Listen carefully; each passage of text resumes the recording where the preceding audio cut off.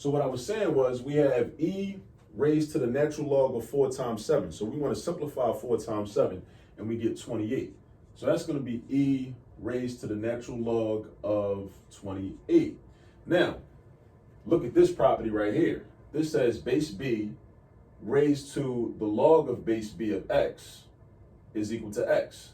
So what that essentially means is if you have a term which is a base and its exponent is a logarithm, if the base of that logarithm, that's the exponent, that serves as the exponent, like right here, this natural log of 28, right, is the same as the larger base, which is e, then this whole expression is equal to the argument of the exponent.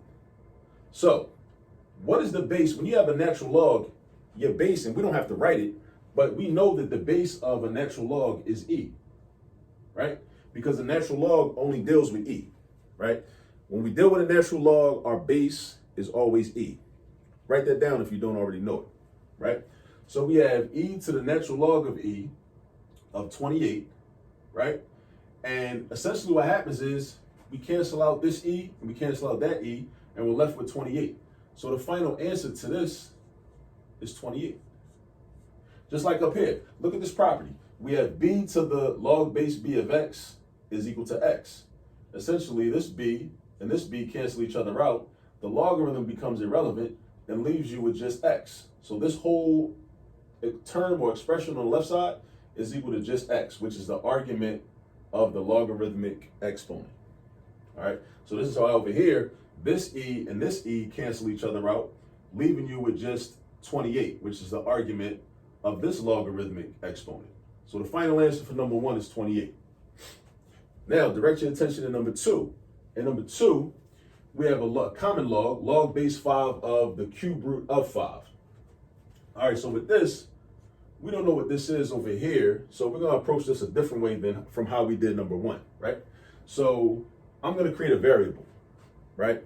Because remember, when we're dealing with logarithms, the logarithm is equal to, the purpose of the logarithm is equal to the exponent, right? We're saying, what we're saying is 5 to what power is equal to this, which is the argument. 5 to what power is equal to this, which is the argument. All right. So I want to rewrite this in exponential form. That's what I want to do. I want to rewrite this in exponential form. So I want to write 5 to the x power is equal to the cube root of 5. All right. And now I want to make sure my bases on the left side, because this is kind of like set up like an exponential equation now, right? But I want to make sure my bases on the left and the right are the same. So I want to change this and give this an exponent. So I rewrite 5 to the x power. Now I can convert this and give it a rational exponent, 1/3. Now where does the 1/3 come from? Well, the 3 is the root. That's your denominator. The 1, which is an invisible one, is your exponent, the exponent of 5, right? So we got 5 to the 1/3 power, right? So we got 5 to the 1/3 power. And now whenever this happens, when we have an equation set up and we have the same bases on each side, I have 5 and 5, and then I look at the exponents, my exponents can essentially represent their own equation. So my exponents could say, I can set up an equation like this. I can say x equals 1/3, right? And now there's no more work to do.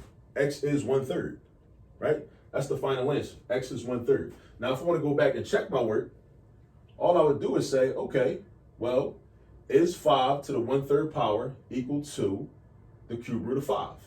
And it is, because we know that the cube root of 5 is equal to, or can be rewritten as 5 to the 1/3 power. All right, I hope that helped. And thanks for tuning in.